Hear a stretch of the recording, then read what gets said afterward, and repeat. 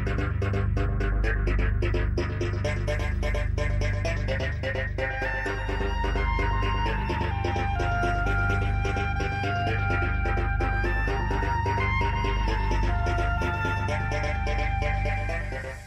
worked that time.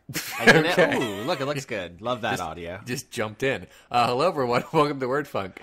I'm Leon Thomas. I'm joined by Austin. I pressed the wrong button, Yorski, and Johnny. VR technical difficulties. I used the wrong microphone, Maloney. Yeah. It was a comedy of errors or something, and also my stuff was fine, but right before we did the show. I was editing in my video editor for the new episode, and it's a very big episode with a lot of new bells and whistles and stuff, and my video editor said, "Fuck you," about an hour ago, and crashed, and I lost an hour of work. So I've been working the last hour towards making that up. So what Leon is trying to say is he's trying to make Austin and I look stupid, while he's neglecting to mention that he is Leon, sorry I was late, guys, Thomas. Yeah.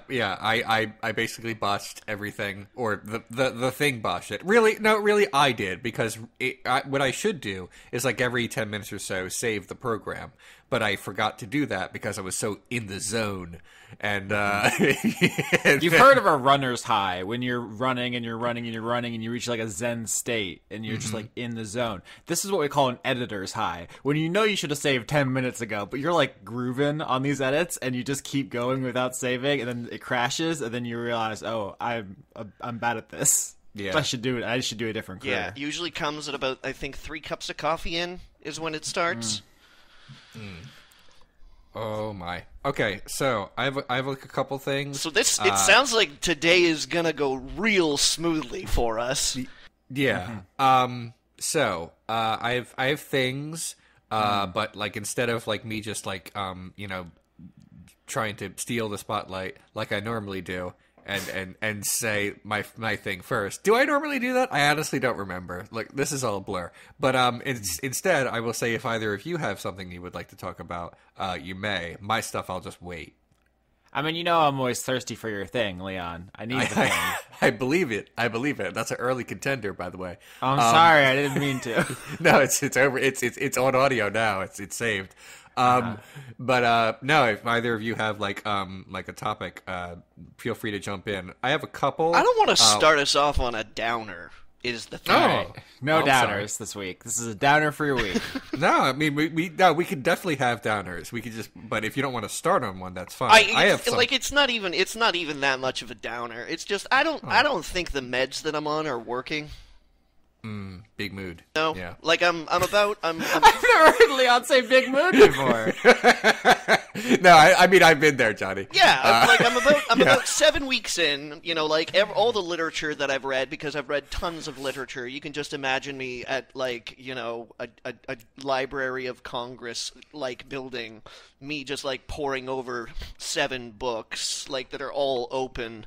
None of them having to do anything with each other, but I'll point at one and then look over to another one and then point at that and then put them next to each other, all while there's a whiteboard in the background that I'm drawing Greek symbols on and things like that.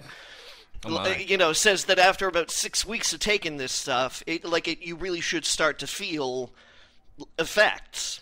Well, today my day started with a very intense panic attack at 7 o'clock in the morning. And I was like, I don't think this is working. Oh. I'm sorry, man. Excuse me. That was gross. It's okay. You can be gross. It's fine. I dealt with that when I first was a teenager and was I need to take medication because everything is bad in my head and it's not going away as I had hoped. And they tried 2 different things, and my body just rejected them outright. And then I had the third thing, and the third thing worked, and it has been working. And I'm now 36, so it's solid for me. The thing is, all right, is that I've read studies on the matter that basically say that in your situation, for example, Leon. Yeah. that if somebody relies on medication in order to like get through the day, basically what you're doing is you are committing that person to a lifetime, if you want to be functional, to rely on medication.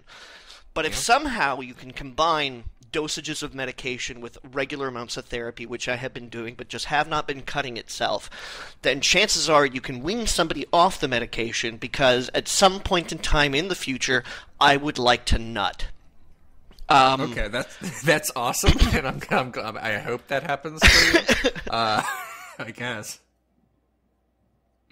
Oh my! But it is still, like you're right. It's still a matter of finding the right medication. It's about finding the right supplement so that I can get on with my therapy. I can do things like wake up in the morning and go to work and smile at strangers and say, even to people that I know but do not like, "Nice day we're having," even if I don't mean it. So yeah, like it kind of sucks, because I feel like I've been, the last 6 weeks of my life, I've been like, hey, I'm going through this, like, these tremors and this, like, anorgasmia and, like, autonomic shaking and fucked up sleep schedule, and I kept saying to myself, hey, just get through it, it's all for a good cause, we're gonna be okay, this is gonna work out. And now I'm like, I think I just wasted the last 6 months of my life. 6 weeks of my life. Weeks. Although, if we're really on the subject, the last 6 months of my life could probably just, like, get flushed right down the toilet as well. Well, that does suck. I got a doctor's appointment on Tuesday. I'm gonna go see him. We're gonna talk. Maybe I just need to up my dosage. Maybe we need to change to another medication. It'll be something. But I'm reaching that point in time now where I'm like, I don't know if this is doing what it's supposed to do. It's doing other things that I don't like. Yeah, that other thing is something. Well. I'm hoping for you, and also your regular dick as well. I'm hoping. This doesn't have to be grave or anything like that. I just a number of people have expressed gratitude for me being able to talk about this stuff on the podcast, so that this is my attempt to destigmatize the concept that you can try to get better and it's okay. Like, there's nothing wrong with going to your doctor and saying, "Doc, anxious, depressed, something wrong? Maybe pill would help? Good, don't know." Like, this is my journey. This is my brand. And we've reached a fork in the road where either I continue down Lexapro Avenue or I turn down, I don't know, Lithium Drive? That sounds like a deadly street to be on. Yeah, I mean, it's I guess. Well, Johnny, I. So it's just it's an update. That's where I'm at right now. Yeah, nothing wrong with potentially changing your medication if it's for the better. When a while ago, I tried a different kind of medication because my doctor said, your body's so used to it. If you try a different medication, you might feel even better. And I was like, whatever. Okay. No. My body actually just really likes this one thing, and that every other anxiety medication that I'm ever given, my body just is like, no. I don't like it. I'm sorry. It's not the thing. So I just gotta find one that's right for me. Yeah. Everyone's like body chemistry is for some reason different. So no, not mine. No. Yours is exactly the same as what? That's not how that works. That was fun. I enjoyed that. Okay. Mood whiplash time. I bought a Nintendo Switch on Sunday. Oh, good for you! Oh, I'm so excited to talk about video games. Can I do my joke before you go into your thing? Absolutely. Jump right in. Because I was silent during that whole Johnny conversation because I was building up my energy for like a transitional joke, and then you just went past it. So you were you were charging up like a Super Saiyan or something? I was charging my spirit bomb, and now I built it up too much. Okay, let's try to rewind. All right, Johnny, finish talking about your stuff real quick. Yeah, I mean, it's just an update, really. We'll see what happens. And as much as I like talking about Johnny's dick, I think we should move on to another topic, which is about something that's the perfect right size. And that's Ridley from Super Smash Bros., who's not too big and is now in Smash Bros. Fuck you. He's awesome. I love Ridley. That's all I want to talk about this week. Okay, that's great. So on Sunday, I got a wild hair up my ass and drove down to the GameStop and bought a Nintendo Switch. What triggered this? Is this something that you've been building up to, or did you just wake up with a mighty need for a Nintendo Switch? I've been thinking about it for a while. I like in my mind, I'm like, I know the games that I want to play. But it's an investment. But then I was like, you know what? I have money. I do okay for myself. I'm not rich or anything, but I don't buy things. So I always have a little money left over at the end of the month because I don't treat myself to things. So I decided to this time. And I bought a Switch and the new Mario and the new Zelda because that seemed like the safest bet. Yeah, those seem like a good place to start. You know what's another good place to start? Super Smash Bros. Coming out December 7th, starring Ridley. Yeah, I'm actually going to buy that, probably, because I liked one of the earlier incarnations of that series, and this one has everyone in it. And Ridley. Yeah, they're going to rename it. Like Sonic and Knuckles, it's just going to be Smash and Ridley. Although it does not have, and I was very sad to see this, Solid Snake's proper butt. He has a new character model with a much less luxurious tush. Yeah.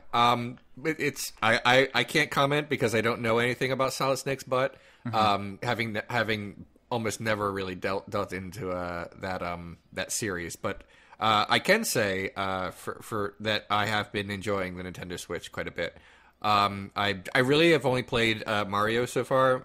I kind of play one game, and then when I'm done, I move on to another instead of playing more than one at a time. It is fun and also easy in a way that is... it's hard to explain. I'm pleased when I get a moon, but because the game made it very satisfying for that to happen, and good job on that. But also... it's not like getting a star or a sun sprite in like Mario 64 and Super Mario Sunshine, respectively. But game design has changed.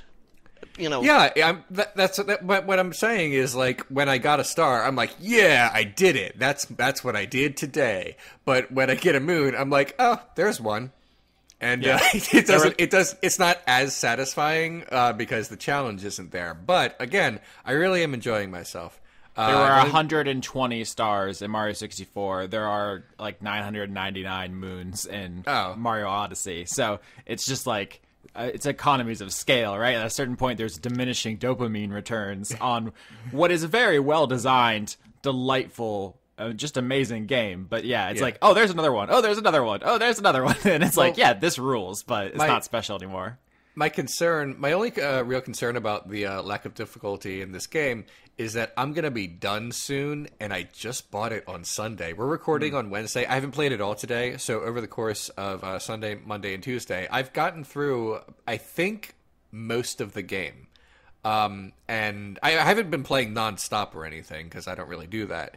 So it's just, I'm not looking forward to the idea that I will have beaten this in a week.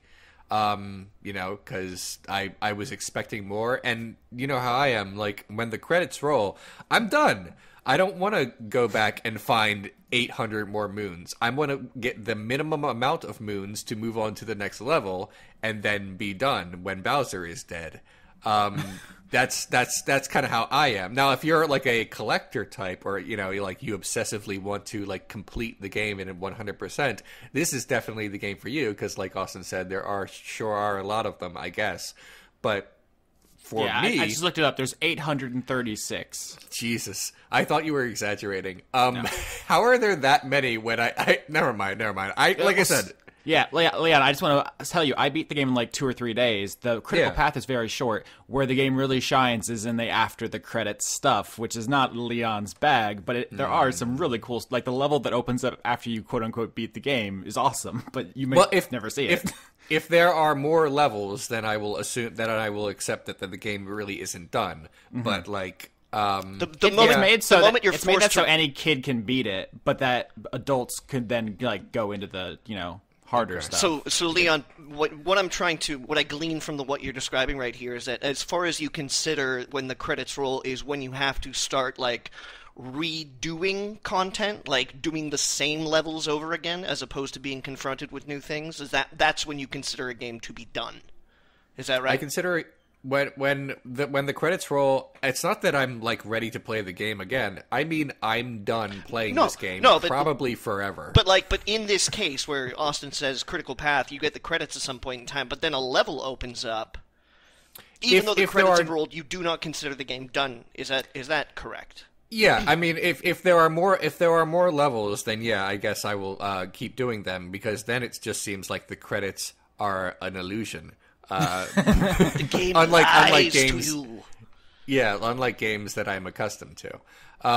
But yeah, I mean, I am enjoying it. I don't want to like be down on this game when I'm clearly enjoying it, and I believe it is worth the cost of admission, even if like it's an expensive game that I'm gonna beat in a few days.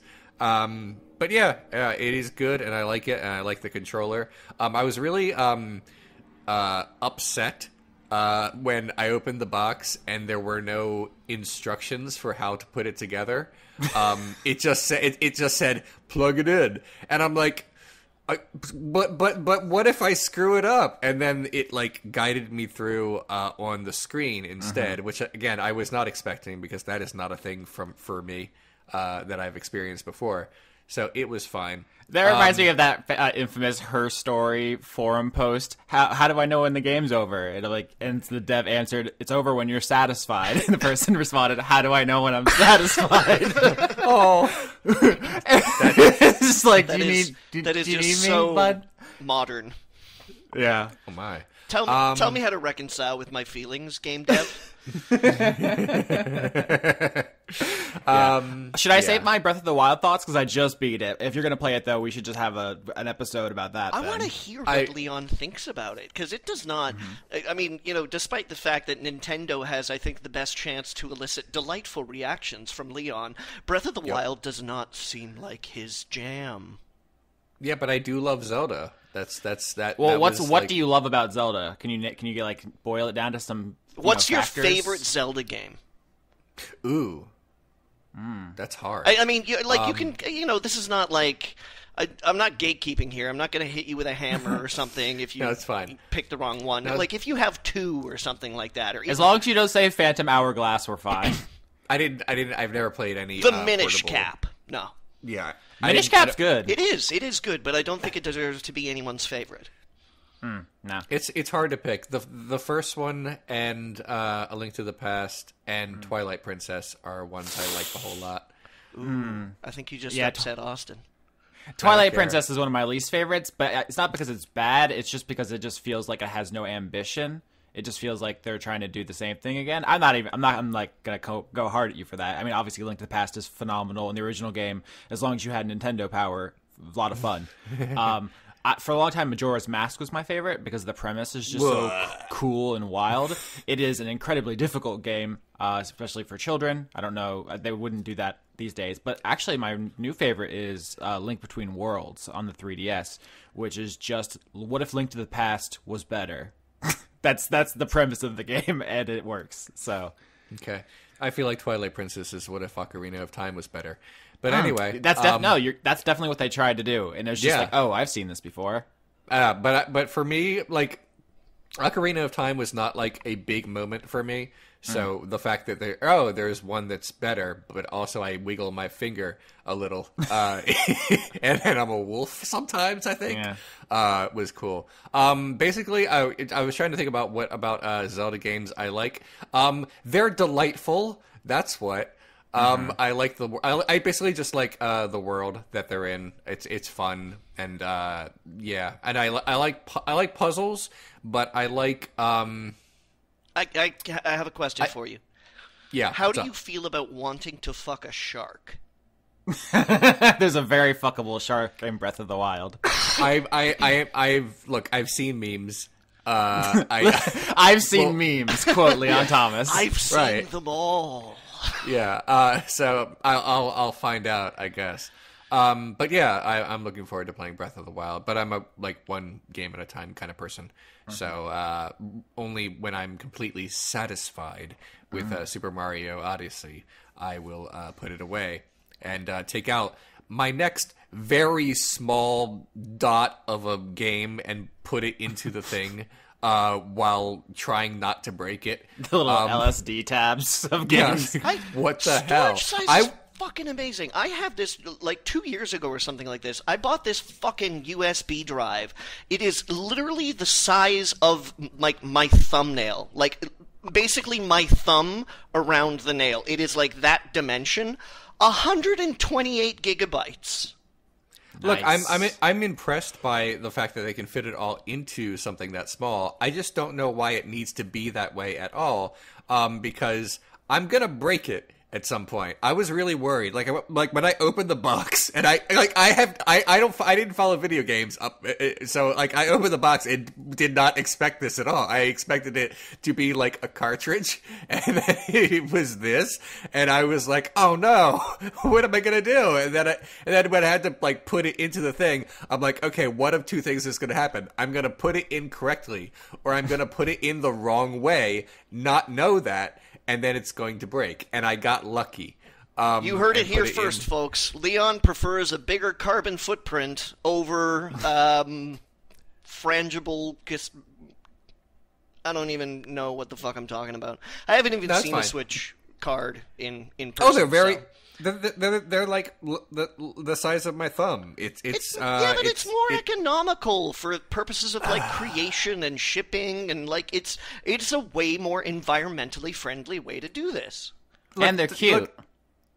First of all, they're not cute, Johnny. I can't argue against that. It's like trying to argue against people who ride bicycles. It's like, yes, you definitely should be doing this, but also get out of my way. It's just that bicycles and this small cartridge, they're just inconvenient to me in a very selfish way. So yeah, no, I feel you though, and I like the Switch, and apparently I can just.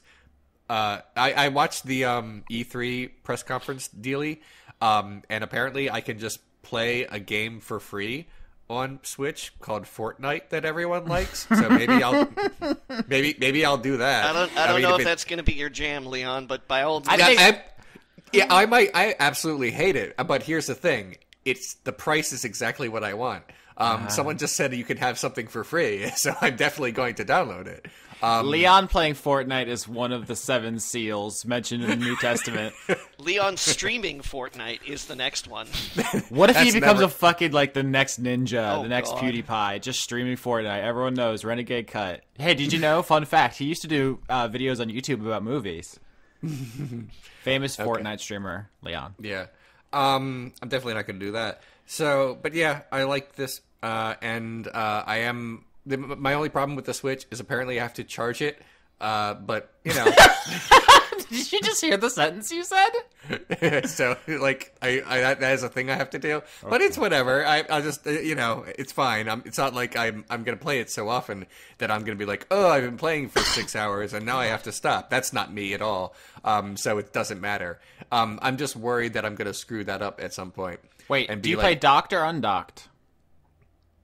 Oh, well, I play on the docked and on the television, but I might want to try it the other way.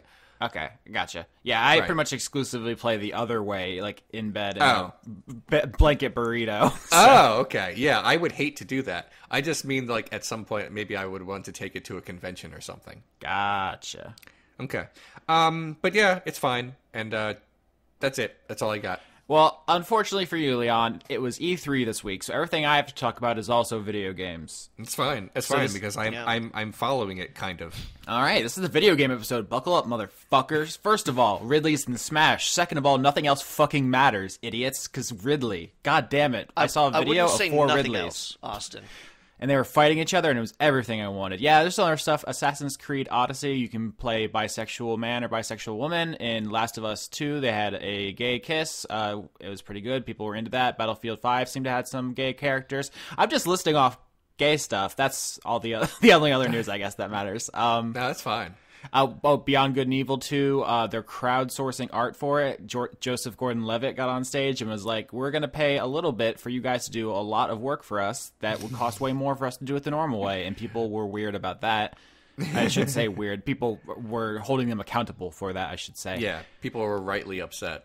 Yeah, so it's better than them not paying at all, which is what some people were worried about. There's a whole conversation to have here about spec work and the value of having salaried employees in your art department and versus trying to get, people who are trying to work for exposure. I don't know. I have the energy. That's like an entire it's a big, if Beyond Good and Evil 2 is going to be as big a game as they say it's going to be, if they were to do everything in-house, we probably wouldn't see it for like another 4 years.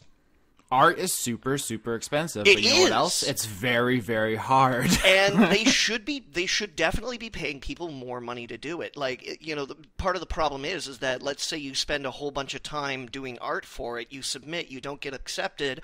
You've already done the labor. Mm-hmm. Which normally would have been done by someone who works at Ubisoft, and they would be getting paid whether or not it's used. Exactly. That's how Ubisoft is trying to save money, and it is icky. You see why they're doing it. This is. Don't get me wrong. Have you seen Hit Record? No, I'm aware of it though. I mean, I've seen the commercials for it on like YouTube and stuff. So they make some pretty good stuff. Like some stuff on it comes out just beautiful, just like breathtaking. It seems like his heart's in the right place. Like, I don't have any, in my heart, have anything against Joseph Gordon-Levitt. He seems like he really is trying to do good here. It's just like the realities of capital are that companies are always going to try to minimize their overhead and to maximize their profits. And if they can get away with it, they will. There's a big difference of Joseph Gordon-Levitt running his own TV show out of his own production studio, basically out of his own pocket, that isn't like a multi-billion-dollar company, and saying, hey, let's all get together, let's all have fun, let's make some art, and we'll make a TV show out of it, than it is like an international video game conglomerate that is publicly traded and makes like I said, like billions of dollars. I don't know what the worth of Ubisoft is right now, but I'm just going to throw out billions there because if it's not billions, well then it's hundreds of millions at the very least. Well, remember they recently fought off a takeover from Vivendi and then had to leverage a bunch of their money with, I believe, Tencent, if not Tencent, a Tencent. Yeah, no, it was Tencent. Yeah. And also, I think something like there was like a Canadian teachers union involved. It was like a whole thing. Yeah. Ubisoft is one of the biggest companies in the industry, so they have the cash. What it actually speaks to me is that they don't have a really strong, cohesive vision for Beyond Good and Evil 2. Right? Like, there's not people in that maybe there are some, but there doesn't seem to be the kind of strong leadership for like they had for the first one, where it was like, I have a vision for this, and I'm going to bring this thing to life. It seems more like, oh, there's demand for it. I guess we'll make it for you. Do you want to make some of it? Like, I don't know. I see just the opposite. What I see actually is I see that they probably have a pretty focused core vision of what, like, the basis of the game, like the critical path, as you put it earlier. But then, like, at the same time, I see them kind of like trying to crib some notes from No Man's Sky.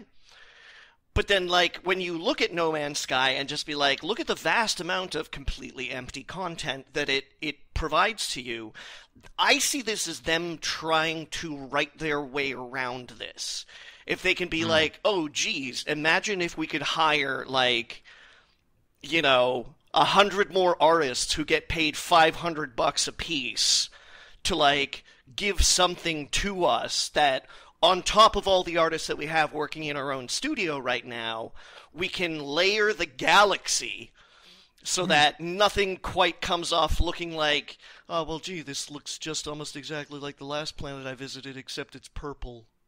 They should have just done the Splatoon thing, where there are just like every NPC in the area or certain landmarks and stuff just have art that kind of is pulled from the community and put on. That is a moderation nightmare. You have to have some sort of dick sensor, but it does feel it actually does seriously build communities of really talented artists and stuff. Splatoon, just incredible. If you ever played it when it was really, really popping in the that city. I can't remember the name of it. I want to say Inkopolis, if that's the name of that city. Anyway, but if this is their solution to getting the game out on time. And I say this with air quotes, on time, because we've been talking about Beyond Good and Evil 2 for a long time now. You know, like, even back when Blistered Thumbs was still alive, I remember publishing an article that was like, oh my god, leaked footage of a Beyond Good and Evil 2 prototype that looked absolutely nothing like what they have now.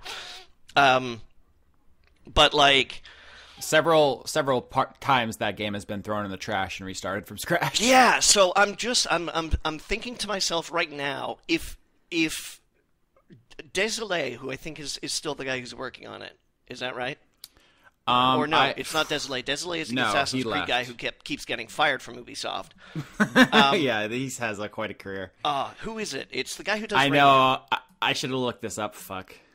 It's the guy who does Rayman. I know that much. Anyways. Yeah, I know. I just don't want to embarrass myself by saying a bad French name and being wrong. Yves Guillemot? No, yeah, that's good the enough. That's that's the guy. Respectable for flirting there, Austin. No, Michel Ancel is the guy whose name. Yeah, that's the guy whose name we're looking for. Yeah, Guillemot is the guy who's in charge. Yeah, he's and the Patrick CEO. Desolé is the Assassin's Creed guy. Yeah. And Prince of Persia guy. Who keeps losing his job. Yes, okay.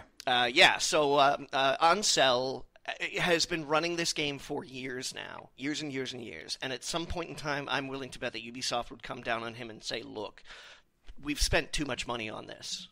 Like, there's no possible way that we can recoup the costs of continuing to publish this game. And if he walked into his boss's office and was like, it's going to be a whole galaxy, like No Man's Sky, only, like, personalized content that is going to take me, like, 5 more years to do? Yeah, there's a lot of money stuff. We won't have a really good clear picture until after this game is out and someone like No Clip does a documentary on it. By the way, if you're not watching those documentaries on YouTube, you're missing out. They're very, very good. But it's, in my view, I think no matter what this game is going to disappoint people. If you're expecting a story-heavy follow-up to Beyond Good and Evil, you're going to be disappointed by a lot of the procedural-generated world they make. And if you're there for some kind of like Rust or Fallout like open-world experience thing, even a No Man's Sky, you're going to be disappointed by the constraints of that, obviously the monetary ones. And also, Michel Ancel, in between making this game, has also just been putting out the Rayman Origins, or Rayman Legends stuff, which are the best 2D platformers ever made. Seconded. And I think maybe his energy should probably be there or somewhere like there instead. I mean, not that I don't want to be on Good and Evil 2, but like those Rayman games fucking own. Yeah. But you know, Austin, I used to think that Relic Entertainment should just stick to like making strategy games, and then they made Space Marine. You know, I thought that haven't gotten around to it. I thought that Creative Assembly should stick to making Total War games, and then they made Alien Isolation. So yeah, Guerrilla. Why are you doing Killzone? And then it's like, oh yeah, switching gears, new. Yeah, I get it. Yeah. So I really believe in the potential of this game. I'm a little worried that people are going to go in thinking that it's not going to be what it is. So before we get bogged down any further, I'm just have a list here now of E3 games. Cyberpunk 2077. They only showed. I should have expected that. Cyberpunk. They only showed a cinematic trailer of it, although there is gameplay there, so people have written up impressions. Yeah. And so first of all, the cinematic trailer looked great, but it has absolutely nothing to do with what you're actually going to be doing in that game, which is a first-person RPG. It's a first-person game. Yeah. Yeah. The gameplay, from what I hear, it sounds incredible. Even with that E3 hype, right? Like, take it with a grain of salt. Even if you back down a little bit, it still sounds phenomenal. CD Projekt have the best writers in the industry. The license is rife with potential. The worst case scenario is this game is only awesome, right? Like, it's either the best RPG ever made or it's just wicked sweet. So I have no concerns at all about that game because my expectations are, I feel, very reasonable for it being good. What were your impressions of the aesthetic? I mean, it looks like. I mean, I assume, Johnny, you have seen the Cyberpunk books from the 80s. I've done every Cyberpunk 2029 thing that you could possibly imagine. Hell yeah, dude. For Except those who don't actually know, play the game. Nobody I know wanted to play the game. no, nobody plays Cyberpunk or Shadowrun. We just look at the book and with the books and the pictures, and we read about the lore because the games are too complicated to actually play. Which is why they make good video games, because the computer does all the numbers for you. The Cyberpunk look has always been cool, but limited by, like, one of the books was done with, like, action figures. Like, they couldn't even afford artists. And, like, when they can't afford artists, it has a kind of an amateurish but evocative feel. And it's like, oh, what if we just gave them tens of millions of dollars to do this? Oh, of course, it friggin' owns. Like, yeah, it looks great. But they actually snuck a message into the trailer, like confirming like character customization and like a stronger focus on writing and stuff, because they at E3 the audience is expecting like explosions and big moments, big pops, to use wrestling terminology. But like the devs were like, listen, you know what we do, right? We don't make action set piece Call of Duty games. So they actually snuck like an Easter egg reassurance in there for, which like, is not the first time fans. they've done it. No, they know their audience. Yeah. So the game is not going to be like that, like the cinematic showed. It's going to be a slower paced, more cerebral, but very stylish RPG. I was just really delighted that when we got the first look at the city, it was daytime. It's so easy to go for the neon night. It really is. I was like, oh my god, you guys are actually trying to like redefine cyberpunk, like break away from this whole it's always nighttime in Blade Runner City, you know, like almost like a real world instead of just genre tropes kind of smushed together. Man. So continuing on, other games shown, there's the zombie game Days Gone again, which everyone who plays that game comes away saying it sucks ass. And it was brought to my attention that it's from the makers of Bubsy 3D, which is fun. I don't know if anybody working on that game still works there, but that's good for that's them gonna be a for disaster. Just trying again. But Sony's positioning that like a big exclusive. Like, I don't know what they're doing. Death Stranding, the Kojima game, which continues to be just like this weird ARG puzzle for hardcore fans. I'm sure when it comes out, it'll be fine. It reminded me of Stalker. Yeah, I almost don't care what it is, right? Like, I am interested in whatever Kojima's doing, good or bad or whatever. I'm down. I'm not even watching the trailers anymore because, fuck it. Mads Mikkelsen is in it, so I'm like, I have no other choice.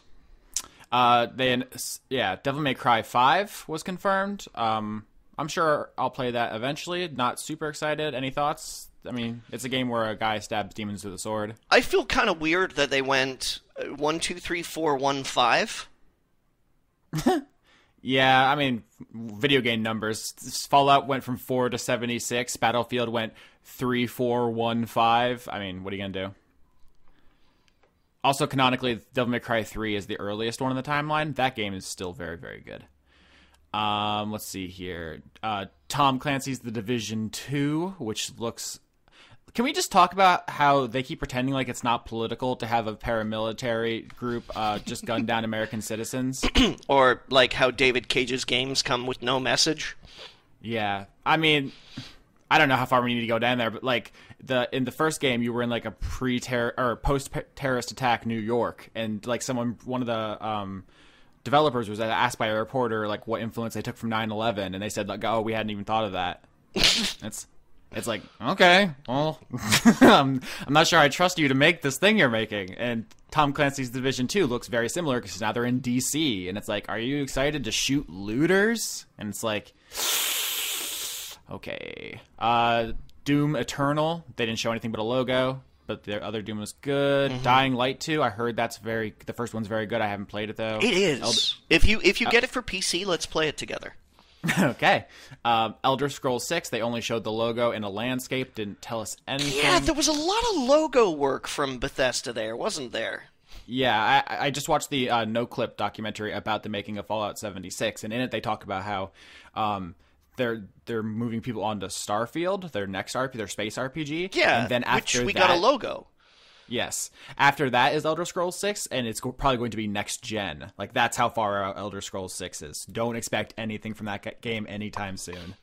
And the only reason Fallout 76 is coming so soon is it's built on a lot of Fallout 4 tech. They basically just took the online from another game that didn't come out called Warcry, and they kind of bolted it to Fallout 4. Fallout 76, Meh. here's the thing. Giant sloth. Yeah, I was going to say, a lot of people are going to enjoy it. I don't think I will. There are no NPCs in it, and for me, that's kind of a deal breaker. A lot of my enjoyment of Fallout is finding weird characters and learning their stories. Yeah, I don't even like Fallout 4 that much, but like Nick Valentine is the only thing I remember from that game. It just seems like Bethesda is steering Fallout further and further away from what it originally was. Oh yeah, and I don't even. that's always been the criticism going back to 3. I don't even mean interface wise. That's the thing, though. Is that I remember, I think it's in Fallout 2, when you meet a computer that becomes sentient and basically just, keeps shutting itself off. Because, it comes to this existential crisis where it's no, the only solution is death. Please turn me off. Same. It's big mood. Having that, goofy moment where you have to argue for life with a computer that is just hell-bent on turning itself off was just this, sad but absurd kind of moment. And then Fallout 76, they're no NPCs. I'm that's the least interesting Fallout I've ever heard of. Yeah, their pitch is so you're gonna make settlements where you can build things to craft items and food and water, and then just do it's basically Rust or Ark, and then eventually you'll get the end game where you nuke areas to get to turn them into irradiated wastelands where you can get high level drops. So it's Ark, Rust, and then at the end it's Destiny. Yeah, it's actually I liked it when it was funny. That's what I want. Yeah, that's not what I want from a Fallout game. But I don't want to knock what will clearly scratch some people's itches. People play the fuck out of all those games I named. It's They're true. very popular. It's true. So continuing on, Fire Emblem, they have a new one. The only thing I will note about it really is that whoa, you skipped past a little bit there. What I the missed? Bethesda conference. What I missed? I'm going alphabetical by a list I found on IGN, but what else is Bethesda? Oh, okay. I was just gonna say punch fucking Nazis. Yeah, Wolfenstein. All I know is there's twins and they're gonna kill Nazis. They are BJ's daughters. Yeah, it's cool. I'm in. Hell yeah. The new Fire Emblem for Switch. Actually, it looks like it was previously going to come out earlier, and now it has a new kind of release window. The thing about it is that instead of being 30 on 30 chess, is that every one of the named heroes has a bunch of faceless soldiers around them, which gives it the feel of a larger scale battle, which is cool in theory. But I like when it's just chess and you can make them kiss. That's why I like Fire Emblem. I don't actually want it to be a more realistic war experience. That's not really what I play the game for, but okay. It's funny, a couple of Saturdays ago, I went and saw a movie with Jeff Thew, old editor for Blistered Thumbs. I don't know if you remember Jeff Austin. I do. But he asked about you. He said hello, and I met Jeff's partner. And we were talking because it's the first time that I'd met Yazzie, and I was so what do you like to do? And she was blah blah blah, video games. I was oh, what are your favorite video games?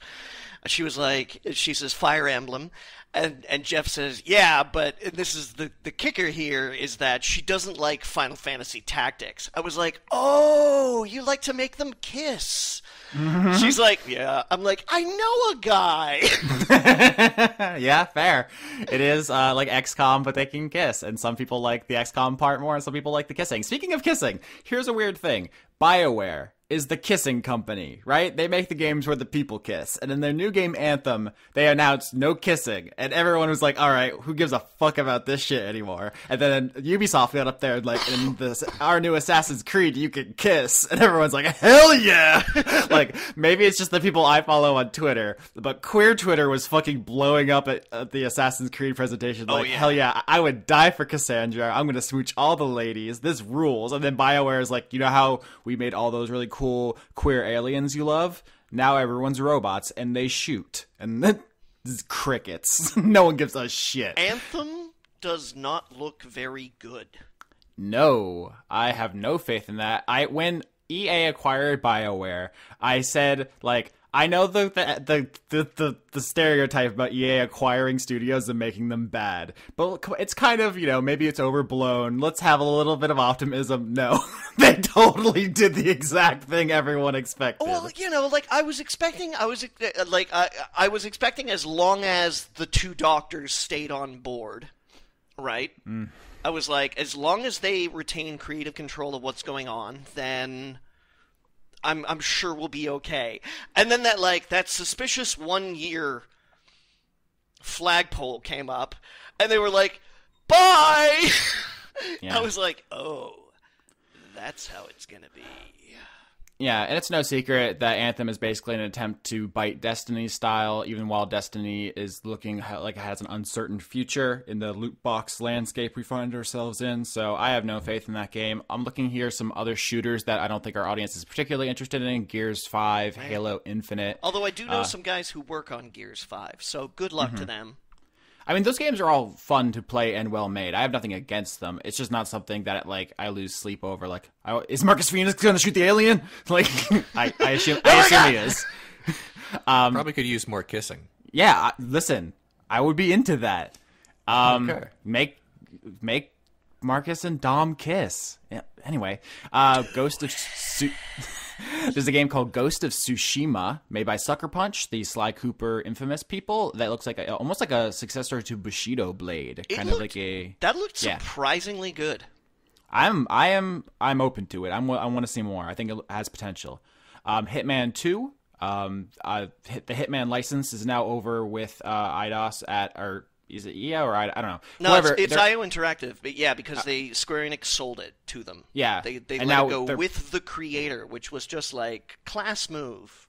Yeah. I mean, I know you got paid for it, but rather than selling it off to the highest bidder and letting the people who do it properly, thank you, Square Enix. And now Warner Brothers is publishing it. And so the first Hitman, not the first, but Hitman, the reboot or whatever, was episodic. It was a season. Hitman 2 is going to be one game. So, if you were put off by that, I mean, the last one was apparently great. I only played a little bit of it, but everyone loves it. Hopefully this one's more of that. Just Cause 4. That's a quick turnaround for quite a big game. I didn't like Just Cause 3, but I thought it was okay, I mean, it was nowhere near as big a revelation as Just Cause 2 was, but I still had fun with it. Yeah, I'm interested. We'll see how that all works, because Avalanche is also working on several other games. Yeah, and Rage 2. That's another one, yeah. They're both post-apocalyptic. That's what everyone was saying, was like, oh, they're going to use that Mad Max skill set they learned and apply that to Rage 2. And then it's like, oh, also we have Just Cause 4. And it's like, damn, how many people work at that company now? No idea, but, I mean, they seem to be keeping at it. Good for them. Kingdom Hearts 3, it looks absolutely ridiculous, Excuse me. Which is how most of us like it. I'm there for let's be real about what it is. It's an anime soap opera, and that's fine. I'll play it. Ratatouille is in it. Love him. He's small. He does cook. Like him. Good stuff. Voiced by one of my faves. Is he? Well, in the movie, at least, anyways. Okay. Patton Oswalt voiced him in the in the movie. I forgot about that. They have a sequel to Ori and the Blind Forest called Ori and the Will of the Wisps. One of the most beautiful games ever made. Has a sequel. Looks even more beautiful somehow. Nioh 2, Nioh. I played the first Nioh, which is a samurai Dark Souls. This looks like more of that, which is interesting because From Software, the Dark Souls people, announced a new game, which looks like Samurai Dark Souls. I wonder who thought of it first and who feels ripped off. Do you see this stuff? I don't know. You guys don't play Dark Souls, do you? I have played the first one for a few minutes, and then Games for Windows Live became cantankerous with me. Gotcha. And so I was forced to put it down. It's been patched out, so you don't have to play it with Games for Windows Live anymore, but it's still not a very good PC port. I'm going to go back to it eventually, now that GFWL is gone. But at the time I was just like, nope, fuck you. Yeah, so I said last week on this show, hey everybody, FromSoft's new game is Tenchu, don't sweat it. It's not, I was wrong, but it's a game that looks literally exactly like Tenchu, down to the fact that its name is a Japanese word untranslated. The game is called Sekiro, which I believe means wolf.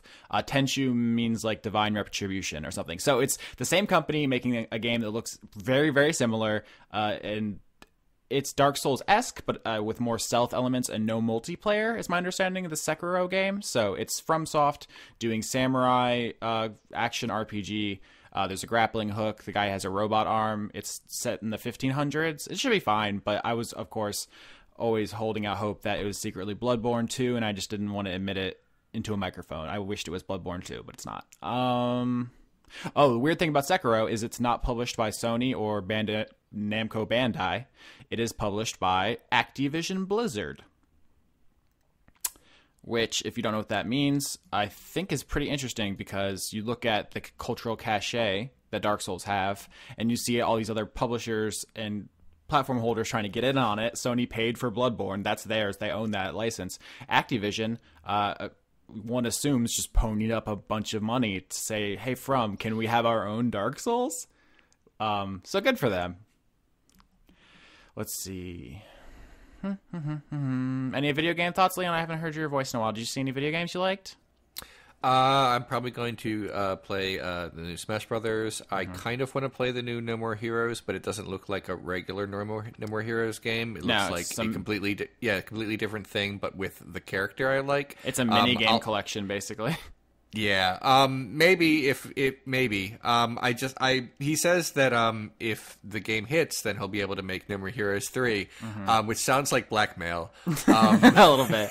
I mean, but also true. Yeah, I mean, I'm curious enough to play it if the reviews are decent, and it doesn't sound like a waste of time and money. I just want No More Heroes 3, really. So we'll see about that. There are games that I will be playing. I want to play. A lot of the games that I want to play on Switch are like already out. Yeah. I want to play Mario Kart. So we'll see. Yep. Also, Insomniac's Spider-Man game had a really good showing. A lot of people are really into that. And they've got a VR game coming out called Stormlands that just looks wonderful. Yeah, I actually played an Insomniac game recently. We're not going to have time to talk about it. I'll save it until next week, but they always make quality stuff. Last thing I see on this list that might be worth talking about is during the EA conference, they had perhaps the most awkward announcement of all time. Star Wars Jedi Fallen Order is the name of the game, and rather than showing a logo in the Bethesda style or a trailer, like, a functional company, they had someone at the microphone ask the game director, and he kind of muttered incomprehensibly for a while and made a joke or something, and it was just unwatchable. So, there's a new Star Wars game coming from EA. That's literally all we know. They've canceled them before, so maybe this never comes out. But it's weird because it's the premier brand from one of the biggest companies in the industry, and they couldn't even announce something with any enthusiasm. It was a bad time.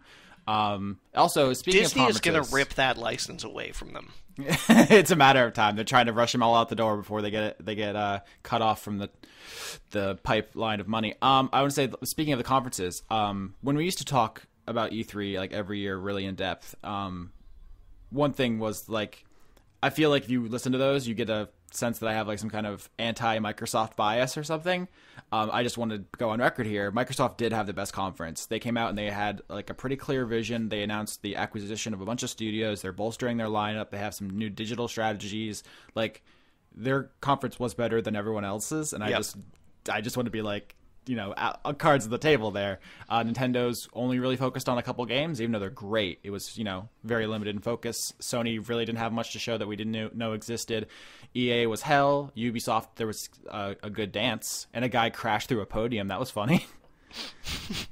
And the PC Gamer Show didn't last for 3 hours. I did not watch it.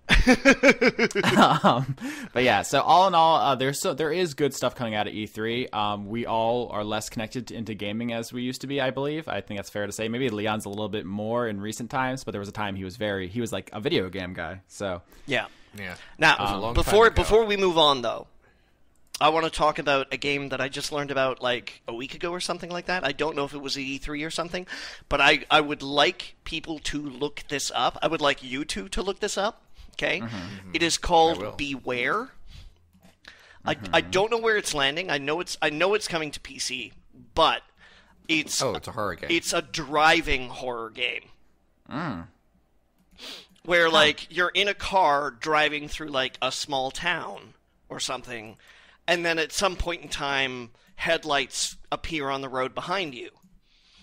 And then this car starts to like drive super aggressive and tries to like run you off the road and things like that.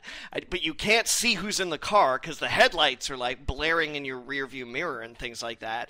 And if it runs you off the road and you stop and you can't move, a bunch of guys get out and start to like assault your car with like baseball bats and crowbars and things like that. It looks interesting. Yeah. It's a very like the Hitcher premise. It's just like I was thinking Duel, you know. Yeah. But that's something that I just caught wind of it before E3 started, and I was like, oh. Whoa.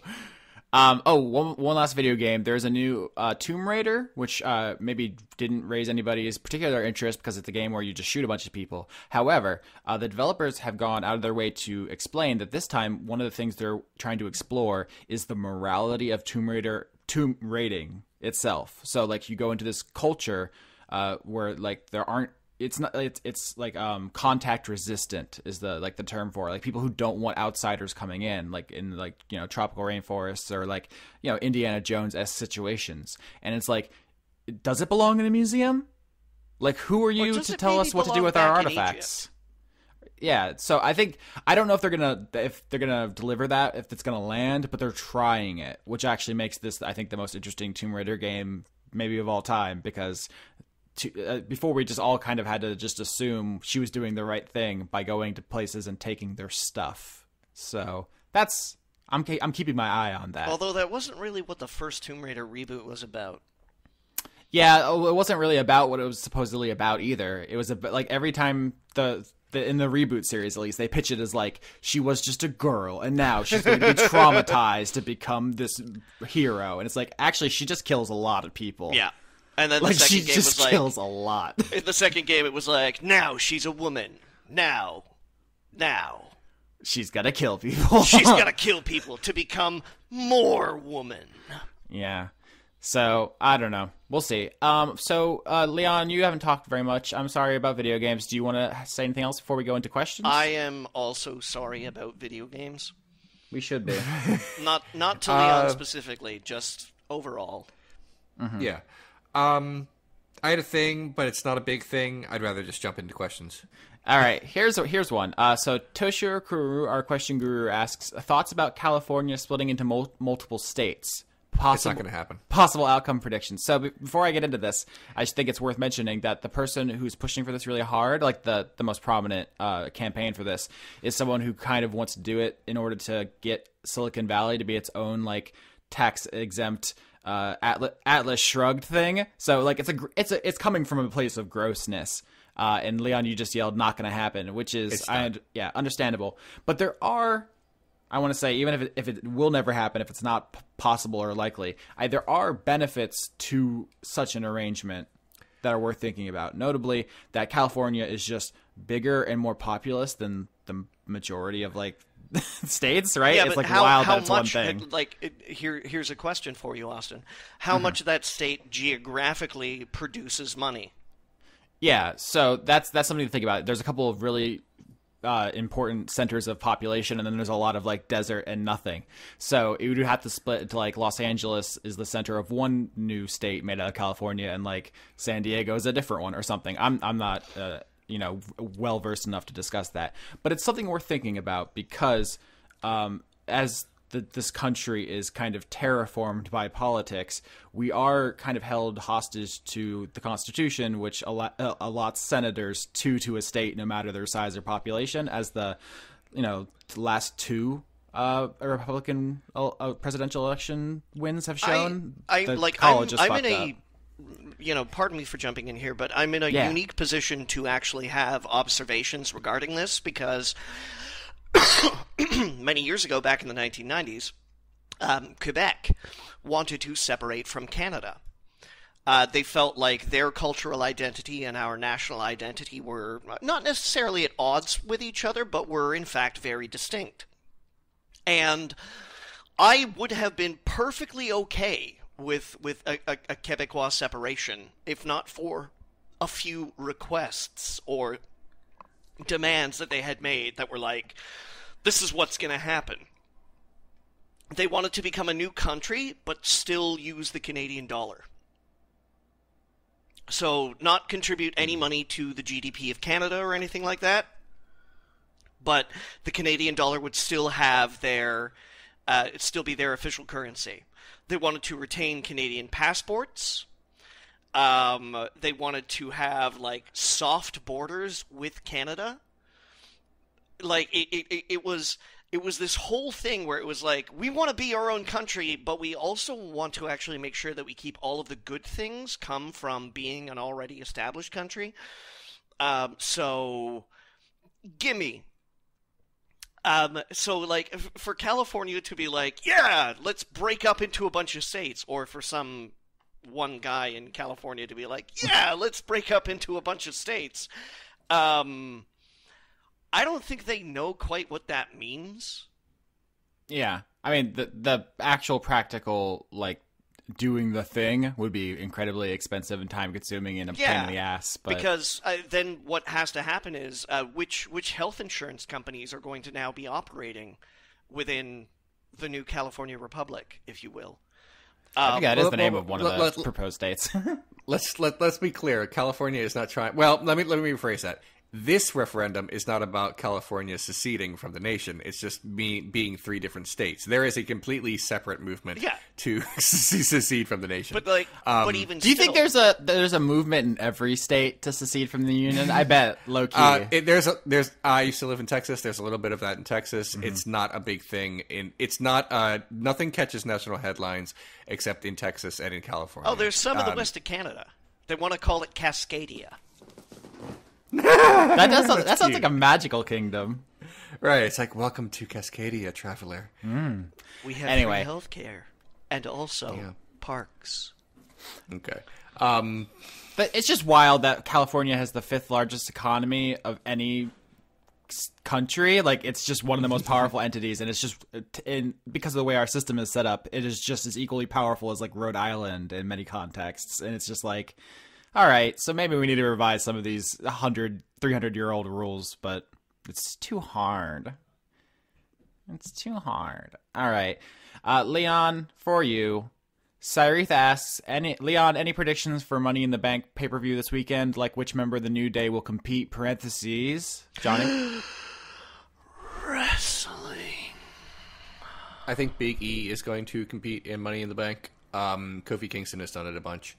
The reason Big E is doing it is because there's a big rumor that they are actually planning to finally pull the trigger on a singles push for Big E instead of... I mean, that doesn't mean he'll leave New Day. It just means he'll be the single star and the other two will be the tag stars. So I think he will be the one who is in the event. But in terms of who is going to win, I honestly don't know. What they should do is give it to Rusev, as he is like he is the most popular wrestler who also needs it, whereas like Braun Strowman doesn't need it.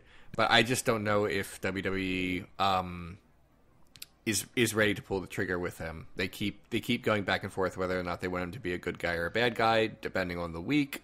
They haven't really given him very much to do, even though everyone keeps chanting his name, even when he's not the one wrestling. It's true. So... I keep chanting his name, usually in my sleep. Yeah. I'm not really sure who's going to win. I try to stay away from, like, they're saying this guy might win kind of spoilers. It's not that fun for me. My real answer is I want Rusev to win, and that is how I feel. You know what? I'm being a dick. I'm being a dick and also sexist because there are 2 Money in the Bank ladder matches and one is for the women. So I'm being an asshole right now by acting like that. But the conversation is over, and I'm sorry. I want Ember Moon to win the women's Money in the Bank ladder match. She's my favorite of the ones who are in that match. I'm not sure again who is going to, but I know who I'm favoring. I predict body slams. I mean, some. Mm-hmm. I'm going to be right. Next question. Dr. Izix asks, at IzixLP on Twitter, the penny, should we keep it or do away with it forever? You guys have hot penny takes? This is actually a complicated argument. We have done away with the penny in Canada, right? Yeah. Because, what a lot of penny abolitionists say is that, they're more expensive to make than they're actually worth. But this is the thing, is that it's not about how much it's worth. It's about how much you get back on it per exchange. Yeah. So it's like, every time you hand a penny off in a transaction, it pays for a portion of itself. So the question is, how many times does a penny have to pass hands in a transaction in order for it to recoup the cost of its construction? And that's really where it comes in. But the problem is, in this day and age, not a lot of people passing pennies around anymore. Oh, I do. I pass so many pennies. When someone owes me a penny and they don't give it to me, I kind of look at them until they do. I don't appreciate that. My pennies add up.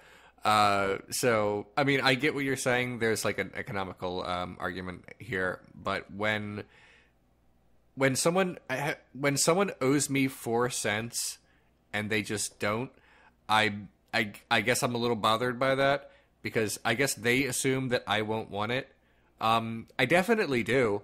I'm not suggesting that you shouldn't get what's owed to you. Right. Leon. Right. What I'm saying is more and more people are working off of cashless systems. Yeah. I haven't touched cash in 7 years. It just happens in my life for one reason or another. Yeah, because you're an enforcer for the mob, and you break the legs, and you take the cash. Yeah, we've established. Yeah. Basically, it. You grab the canvas bag that has the big dollar sign on it from the heist. You leave the swing cannolis. it at their head and say, "There's your deposit," and then walk away. It's the real answer to this is that I need to do cash back from my debit card once in a while because there are tolls and I can't just swipe it. I have to someone says you need to give me $4 now. I'm like, that's okay. I have a 20 because I did a cash back a while ago. And sometimes when they're just the cash just kind of piles up, I'm like, okay, I next time I go to the store, I'm going to use it. So that's just I live in a place where there are tolls. That's basically it. Nice. I'm of the opinion that my life is better without pennies at this point in time. Okay. Although now, when I have blood in my mouth, I don't know what to say to people. Jesus. Oh, God. Okay. Good joke. It is. Next, yep. I guess. Quick one. Book of Love at Bjorty Baklov on Twitter asks, do lawyers who defend a suspect have to actually believe the defendant is innocent, parentheses, law corner? No. And in fact, if you're defending someone, you can definitely believe they're innocent, but a lot of times you have to defend people who aren't, and you just have to try to get them the best sentence you can. That's what plea deals are. Only 5% of cases go to trial. 95% plead out. And when you plead, you say, yep, we did it. Please do this other thing. So 95% of cases, lawyers, in fact, know or act in paper, on paper as if they know their client is guilty. So, in fact, it's the other way around statistically. And that's fine. Guilty people deserve representation. And if you did the shit, they probably won't acquit. Yeah, if you can't. I've sort of heard that argument, these defense lawyers, they're protecting the guilty. Look, if they don't do that, then the trial itself can't happen. It's just you. I mean, it's the wildest thing when someone like someone really deplorable goes on trial and their lawyer gets harassed, and it's like, do you want a system where people are just battered around by forces beyond their comprehension and control? Like, that's just terrifying. Yeah. Right. There's kind of the story about law that I always heard was and I really hate that I'm probably going to get the name wrong. When the Boston Massacre happened, I think it was John Adams who was the defense attorney for the people who shot Americans, but he had to do it. And it didn't make him a bad American or a bad person for doing it. It's just like the trial, the proceedings needed to happen, and in order for it to happen, he had to be there. Yeah, it was John Adams. Okay, cool. I did get that right. Nice. Yep. Yeah. So the only way the system works is if people who know how the system operates are involved. So it's vastly preferable to the alternative. Yeah, I guess so. There's a longer conversation in there about the virtue of bureaucracy, about all the checks and balances that should be in place. And the last, I don't know, I would say a couple of years, but over the years, the desire to get rid of as much bureaucracy as possible, enabling all the corruption we are so obviously seeing. But, at a certain point, that's just me talking about the importance of paperwork. Imagine how boring Law and Order would be. How even more boring Law and Order would be if, there was a law system where it was like, nah, he did it. Doesn't deserve defense. Dunk, dunk. Yeah. How are you... sorry, I could go on. I'm not going to. Anyway, another question. That's fine. Poss Boss, Fatty Opossum on Twitter, asks, what were your first jobs? We've talked about jobs before, but did we ever talk about our first one specifically? I was a... Does this count? Yeah. I was a production assistant on an independent film. Oh, that's cool. It's you know what? It's not. All right, fuck me, I guess. It really is not. No, it was a shitty job that didn't really pay. I just knew the screenwriter. He ended up being actually a terrible person. Oh, dang it. Yeah, so it's not like a fun story. But yeah, my only movie credit before I made my actual movie, which is apparently now considered a movie by the internet since it's on all the databases. Good for you, Leon. Yeah, good enough. But before I did that, my only movie credit was on just the shittiest movie. God, it was actually distributed by Troma. That's the... So not just like backyard shitty, but like no. It was backyard shitty. Yeah. Again, it's not possible to find out what my name is, even if you watch every Troma film, because again, there's no Rosetta Stone to this because they're just a bunch of names. But yeah, I was a production person. Probably maybe production assistant isn't even the term that they put for me, but I was involved in the creation of the film at a very, very young age. That didn't really pay though, so I would say that the first jobs that paid me was I think I worked in a party supply retail store as a teenager briefly before I was fired for partying too hard. That must have been it. No, I was actually just a jerk to a customer. Oh. Yeah. Cool. That's it. No, it's definitely this is the old Leon on the motorcycle, his abs out, glistening. It wasn't a jerk to... I wasn't a jerk to a customer like I said, hey, fuck you. And then you peeled out, you popped a wheelie and went through the fucking glass window at the front of the store. No, it's nothing like that. I just... I at times don't know how to respond to people in a way that is not like a short response. Mm-hmm. And when I was younger, I knew even less about how to talk to people because I was there. And someone says, hey, I was new. And someone says, do you know where this supply is? And what I should have said was, I'm really sorry, I'm new, so I'm not actually sure. So what you should probably do is ask one of the cashiers up front or customer service. I'm sorry about that. And then that would have been the end of the conversation. But instead, what I said was, no. Which is not what you say. I was a dumb kid, and I thought that made sense because it was accurate. I did not know where that was. At least you didn't say no problem. Nothing's worse than when kids say no problem.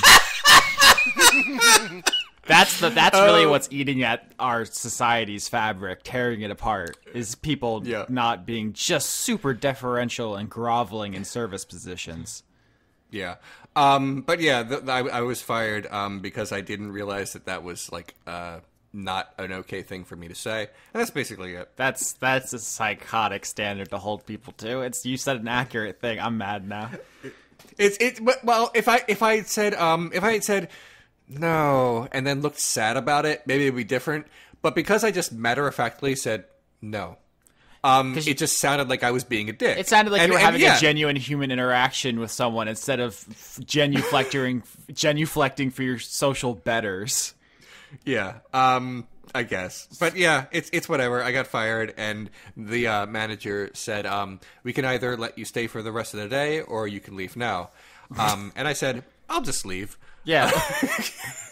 Why would I continue to do this? But I guess in his mind, maybe this guy, wants one more hour of minimum wage. And I was like, no, I'm just gonna walk home. That was it. Cool. That was all me. I took up way too much of that time. Austin, what about you? I think the first job I did technically was I was a dock worker, and I cleaned and fixed boats and stuff, and there was sexy. Yeah, there was I'm trying to get I was a marina basically, so I sold bait and stuff. It's not exciting. The only thing that ever came out of that worth talking about was my boss, and I told that story before, how he was bad, and then he got arrested for domestic violence. I told that one. Oh, I think so. Yeah, so that's that job. Johnny? Okay. An organ transplant heist. Okay, but seriously, what was your first job? No, seriously, the first paying job that I had was dressing up in a big mascot suit. Hell yeah, dude! Nice. Oh, I want to hear all about this. Well, I mean, there was really nothing about it. It was a local real estate company. I thought you were the Philly fanatic, and I got all excited. No, nothing quite so cosmopolitan as the Philly fanatic. But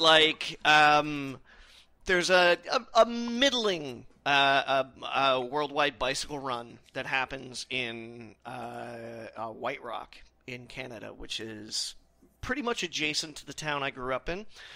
And we had a family friend that worked for a real estate company that knew that I was a theater student and seemed to think that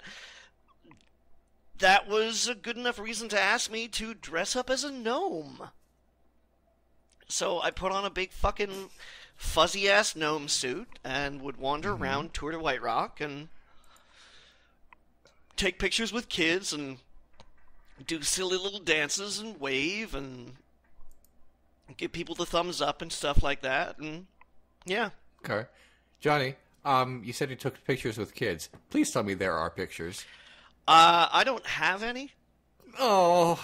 I mean, there's maybe one, way back in a photo album in, my mom's old house or something like that, but it's not like that was a treasured memory that I've decided to take from apartment to apartment or anything like that. Yeah. Okay, fair enough. I mean, there are no pictures of me before 5 years ago, so I will next time I'm at my mom's place, I will look.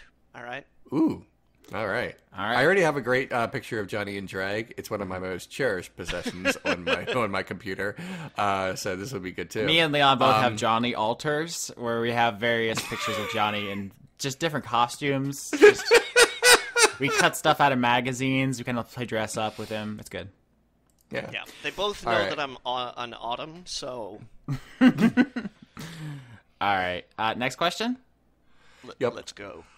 Marlene April Ellis at April Marlene on Twitter asks, has hearing yourself on recording regularly changed the way you talk in any way? No, unfortunately. Really? Mine is 100% yes. Okay. You could go back and listen to early podcasts. I sound like a totally different person, I bet. Just the cadence and the timing and everything. I actually talk about this with my Dice Funk co-host, Chris Larios, a lot. He hates the sound of his own voice. He refuses to listen to any recordings he's on. He just can't do it. And I want him to because I think you learn a lot. So I edit my own shows and stuff. I have for years. And so I'm just really intimately familiar with my own voice and the way I talk and trying to space things out and knowing when to interrupt. And like, I'm constantly like, that's my training, right? Like if in football, you're in the weight room, and in podcasting, you're in the editing studio. But that's a matter of just getting better at broadcasting and having better rapport with your co-hosts and whatnot. Yeah. It doesn't necessarily mean it directly affects the way that you speak. But the way, for me, it's the way one and that the same. the way that I speak, like in the meat space, is not different, because I've been broadcasting. But I do try to I have been trying to speak differently on the show. I've been doing mouth exercises and certain things. I know that sounds very funny to say out loud, but like it is literally a thing I've been doing. No, I tell people all the time, as a trained stage actor, speaking is a skill. Talking with people is a skill. Enunciation, rhythm, beats, emotiveness.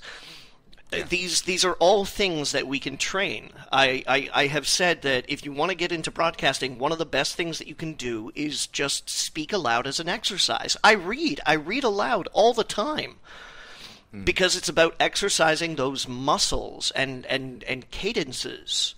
Finding what are some of your rhythm. favorite vocal exercises, guys? I am not the pheasant plucker, I'm the pheasant plucker's son, and I won't stop plucking pheasants till the pheasant plucker comes. Nice. Okay. I learned a thing that will like literally stretch my mouth out a bit, so to get myself started. It is apparently a television broadcasting trick to put a pen in your mouth, bite down on it, and speak pretty much every phoneme that there is, and then move on from there. Huh. And I don't know if that super worked for me, but I did notice that my voice sounds different in the upcoming episode. So I don't know if that was just like all psychological. No, they always make fun of vocal warm-ups and that backstage actor malarkey when you see it in television and movies of people wandering around going me, mo, moo, moo. No, they are muscles. They actually, warming them up and getting them ready for performance is not ridiculous. It is tough for me to describe this to people who don't have to go out on stage 5 nights a week with one or two matinees as well. It is legitimate warm-up and skill of being able to properly manipulate your tongue and your vocal cords and your throat and your diaphragm. These are all muscles that work interactively with your brain as well. Yeah, before we start recording Dice Funk, we try to find different words to say, testing 1, 2, 3, but just different ones to crack each other up. Recently, I started saying pizza bones before we start recording. It's good. It's very good. Yeah. So. Well done. Also, right. I was reading a study recently that everyone has different voices for different people in their lives, and this is most obvious with babies or dogs, right? We have a tone the oh Gucci Gucci, who's a good boy, that kind of thing. But it's everybody in your life in a micro way, and maybe sometimes subconscious. And I've noticed that I talk to girlfriends in a different tone of voice, and that it's embarrassing if other people are around. Is it a sexy voice? Come here. Talk to girlfriends it's more like this. Come here, girl. Let me tell you about that fire emblem. Okay. It works every time. I definitely have a different phone voice. Yeah. Yeah, it has nothing. Well, it depends. If I'm talking to a friend of mine, I do not have a phone voice. But if I'm talking to a stranger on the phone, it's like, hi. It's very up. It's like, hi, my name's Leon, and I was wondering about this thing. Nah.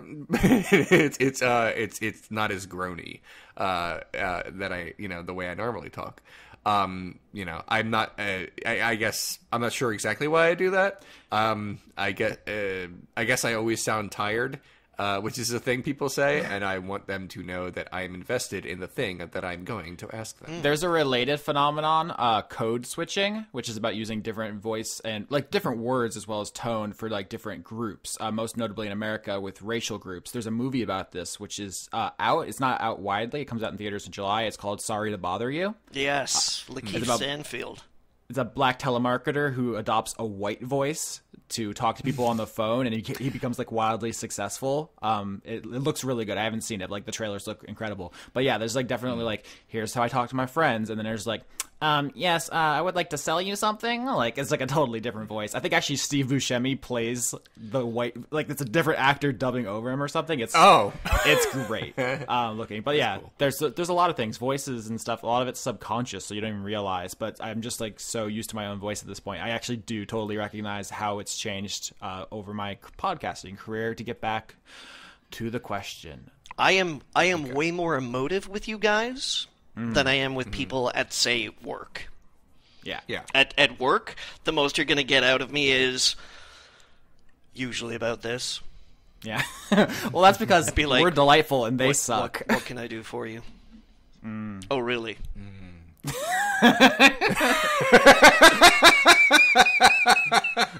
Like you're edging, you're very close to like Dom voice there. I'm very frightened and a little aroused, Johnny.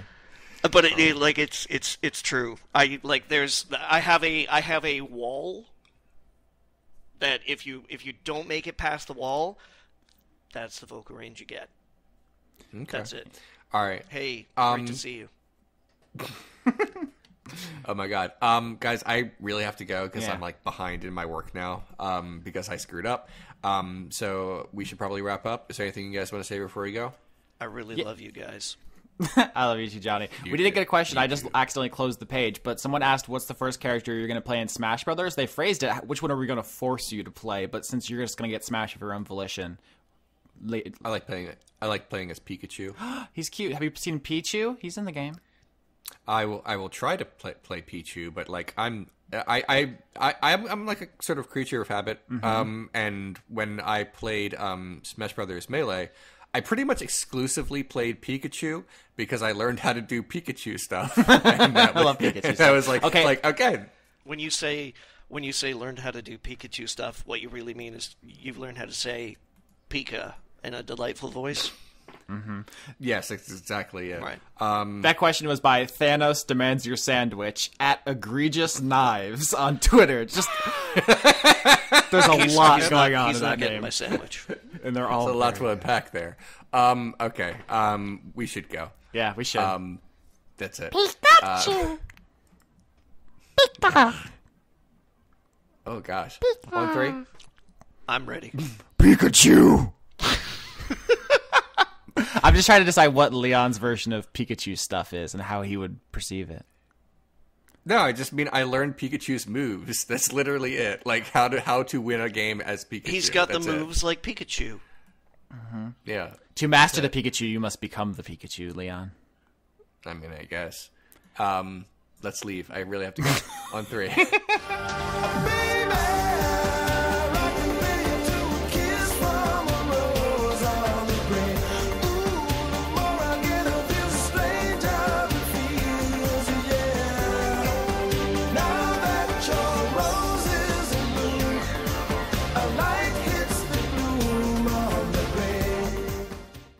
The trumpets of hell have sounded the word like a screeching clarion call.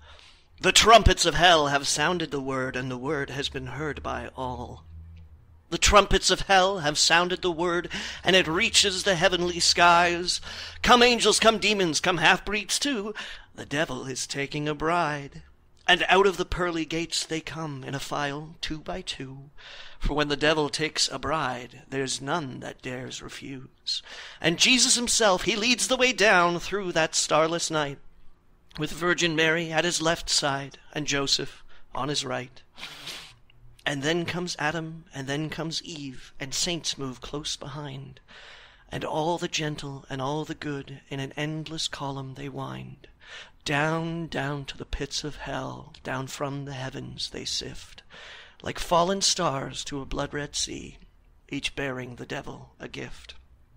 The strong and the brave, the halt and the lame, the deaf and the blind and the dumb. And last of all comes Billy Marcum, cursing the night as he comes.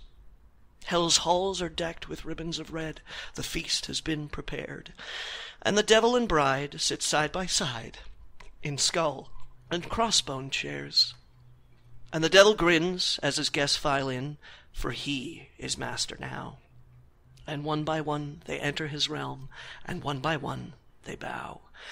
And the devil whispers, "Thank the Lord," and swells his chest with pride, as they mouth their blessings and place their gifts at the feet of the devil's bride. Lucretia Borgia has made the punch of strychnine, wine, and gin, and Judas has set the supper table on hallowed bloody linen. The feast is a human barbecue, and the sauce is berry-berry, flavored with gore from the burning hordes and cooked by Typhoid Mary.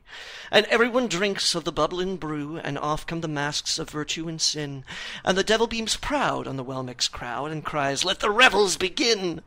And the walls that separate heaven and hell crack and crumble away, and the devil laughs and waves his tail, and hell's band begins to play.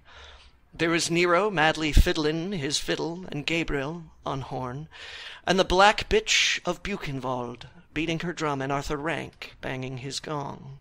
And Marie Laveau, she plays her bones, and Yorick, he plays his. And Hank plays guitar with 3 strings broke, and that's what hell really is. And Janice and Elvis and Jimmy and Cass, they're up there singing the blues. And Adolf Hitler and Joan of Arc start doing the boogaloo. Then Carrie Nation, she starts to strip, and everyone applauds, except Lady Macbeth, who's given head to Leonardo da Vinci and Santa Claus. And the Marquis de Sade does a promenade, laughing and cracking his whips. And Marilyn Monroe does a coochie show, and Eve starts shaking her hips. And Sarah Bernhardt and Jesse James, they're taking dirty photos, while out in the foyer, Richard III is comparing his hump with Quasimodo's. And bare-ass naked on the balustrade sits Edgar Allan Poe, posing for a Dutaller caricature by Michelangelo. And Gypsy Rose Lee jumps on Francis Scott Key and does a quick trick with her fan, while Ivan the Terrible is trying to get into the Virgin Mary's pants. Henry VIII, he screams, "More food, more music, more wine, more wives," while Lizzie Borden and Jack the Ripper, they're out on the terrace comparing knives. Lenny Bruce, he moons the crowd while swinging from the ceiling. And Jesus and Judas have one more drink, just to show that there's no hard feelings. Then Catherine the Great, she's given her number to the horse of Paul Revere, while Don Juan's whispering love and lust into Helen Keller's ear. And General Grant, he's playing backgammon in the corner with Robert E. Lee, while Freud and Rasputin are arguing pussy with Attila the Hun and Socrates. And John Wilkes Booth, he's having a toot, and J. Edgar Hoover's in drag, while Amelia Earhart is talking to Lindbergh about splitting a 5-cent bag. And Mary Baker Eddy's drunk and telling dirty jokes, and Fatty Arbuckle's shouting, "Hey, anybody got another Coke?" And Alice Toklas and Gertrude Stein are giggling behind the door, while the daughters of Lot are yelling, "Hey, Pop, let's do just once more." And Florence Nightingale's offering a beer to the man in the iron mask, while Plato's shoving cashew nuts up Marco Polo's ass. And Billy Sunday and Mary Magdalene announce that they are going steady, and Abel and Cain form a daisy chain with Jeanette MacDonald and Nelson Eddy.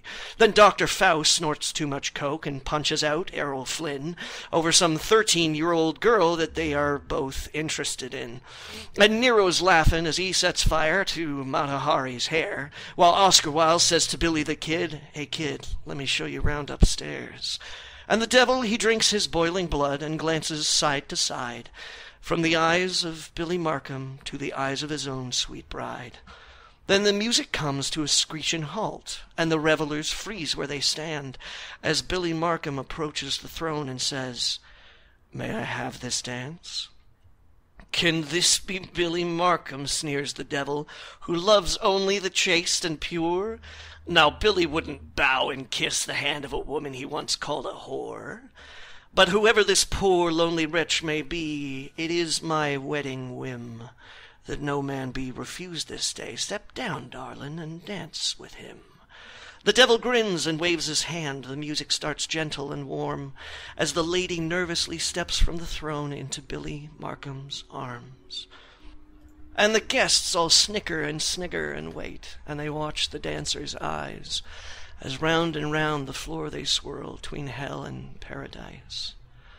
Oh, baby doll, whispers Billy Marcum, I've done you an awful wrong, and to show how rotten low I feel, I even wrote about it in a song. I never should have called you a scuzzy whore.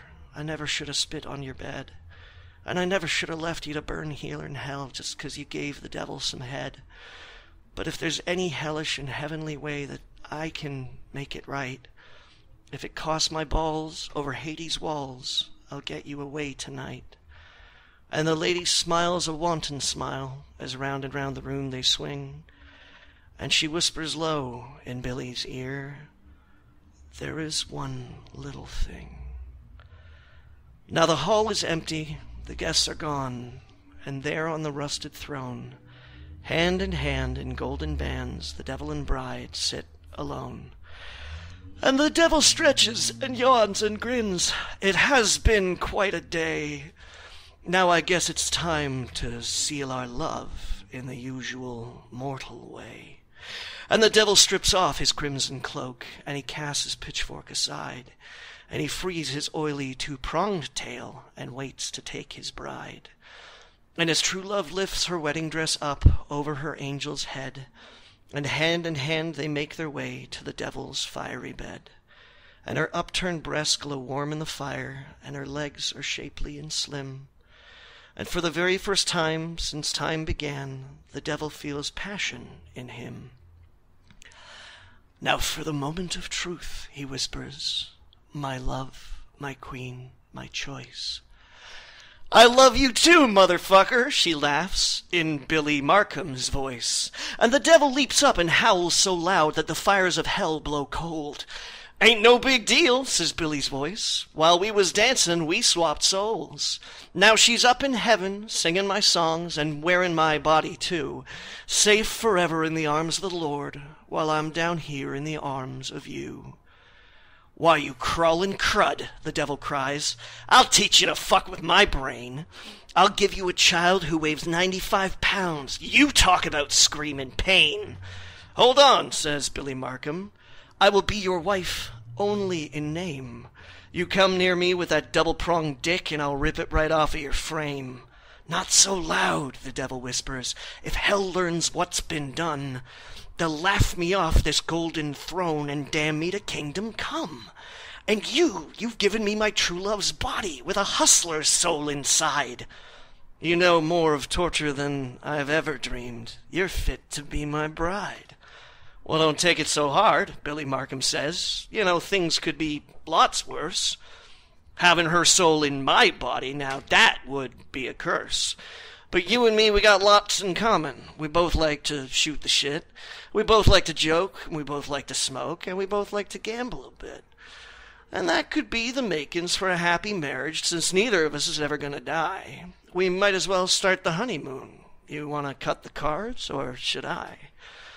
Now the wedding night is 100 years past, and their garments have rotted to rags. But face to face they sit in the flames, dealing 5-card stud and one-eyed jacks. And sometimes they play pinochle, and sometimes they play gin. And sometimes the devil rakes in the pots, and sometimes the lady wins. And sometimes they just sit and reminisce of the night when they were first wed. From dawn to dawn, the game goes on. They never go to bed. Hey everybody, thank you for staying late on Wordfunk to listen to the 5 movements of Shel Silverstein's The Devil and Billy Marcum. Broken down, they are called The Devil and Billy Marcum is the first one. Then there's Billy Marcum and the Fly, the second one. The third one, Billy Marcum's Last Roll. Billy, Scuzzy, and God. Billy Marcum's Descent. Oh, there's 6. My apologies. And then Billy Marcum's Wedding, number 6. These were originally published for, I think it was Playboy magazine, in the late 1970s. Just like one of my favorite poems of all time. So I hope you enjoyed it. We'll see you next WordFunk. Don't roll any dice with any weird strangers.